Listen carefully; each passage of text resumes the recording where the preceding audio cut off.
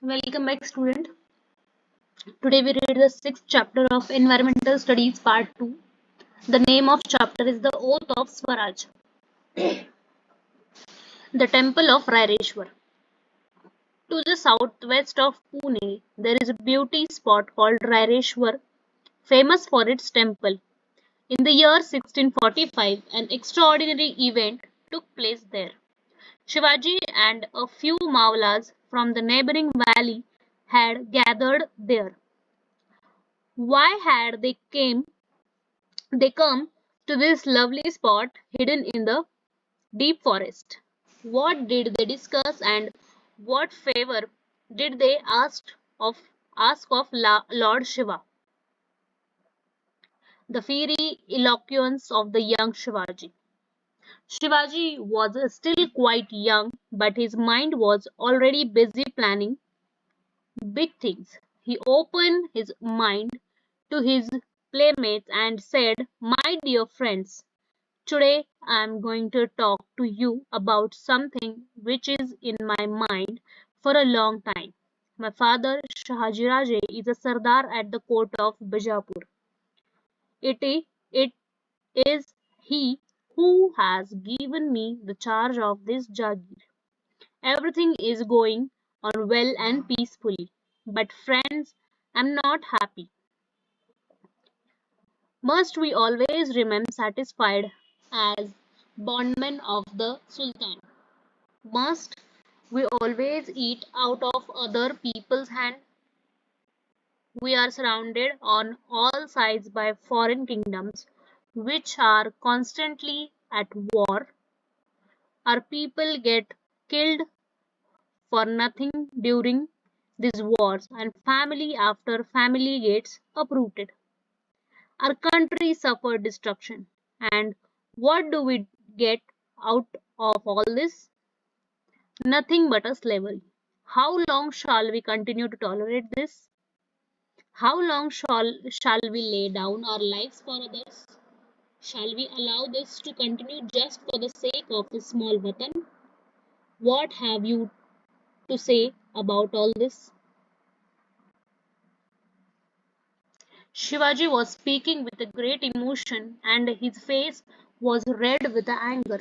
In the middle of his speech, he stopped and looked at his companions. The young Mavlas gathered there in the inner sanctum of the Raireshwar were greatly thrilled by Shivaji's speech. They had seen a new vision. One of them said, "Our young prince, tell us clearly whatever is in your mind. We are prepared. We are anxious to do your bidding." "Yes, Rajay," they all said with one voice. "We are with you. We shall do whatever you say at the cost of our lives if needed be." The Oath of Swaraj. Shivaji got fresh inspiration from their words. Looking at each one of them, he said, "Friends, our path is clear. We shall all strive to attain our ideal, work for it till it achieved. All should be ready even to sacrifice their lives for this ideal which is Hindvi Swaraj. We will have our own Raj, yours and mine and everybody's. We refuse to live as the slaves any more. Let us take this oath with Lord Raireshwar as a witness. We give ourselves completely to the great task of establishing our own Raj Swaraj." The temple yoked at the words of the Shivaji. God thinks that this kingdom should take shape as a Hindvi Swaraj. We shall see that God's wish is fulfilled. So the Mavlas left the temple committed to the oath of freedom of Swaraj. The mind of Shivaji was filled with a great joy. As soon as he reached Pune, he went straight to Lal Mahal to see his mother. He described to her all that took place at the Raireshwar. Overjoyed, Jizabai thought with satisfaction that Shivaji would accomplish what was always in her mind. Preparations in the Marvel Valley. Shivaji soon got busy with his new activities.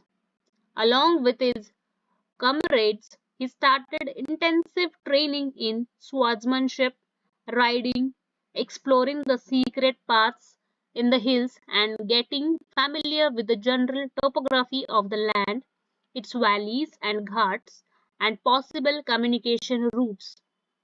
He won over the Mavlas, who became his most devoted followers, willing to lay down their lives for him at any cost.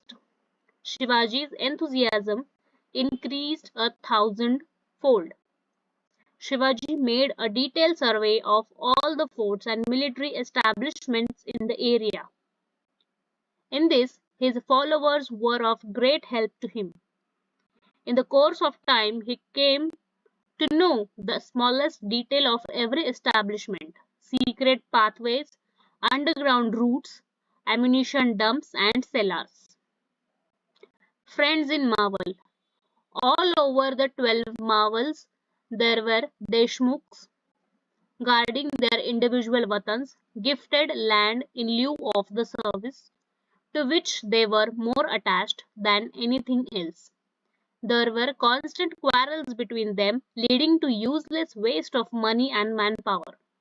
Shivaji saw this waste and decided to put an end to it. He would visit the Deshmukhs in the area, talk to them, pursued them to desist from their folly and raise before them a very attractive picture of the Swaraj of his dreams. He thus won many of them over to his side. He used force against those who were adamant. In this way, he stopped the mutual warfare. Everybody was pleased with these happy results and all started singing the praises of Shivaji. Junjarrao Maral, Haibatrao Shelamkar, Baji Pasalkar, Vithoji Shitole, Jedhe, Paigude, Bandal were some of the Deshmukhs in the Marble Valley who began to look upon the Shivaji as their leader. The dream of Swaraj was fast approaching the day of fulfillment. Shivaji's royal seal. The Jagir was already being administered in the name of the Shivaji. Shahaji Raje had cast a special royal seal for Shivaji.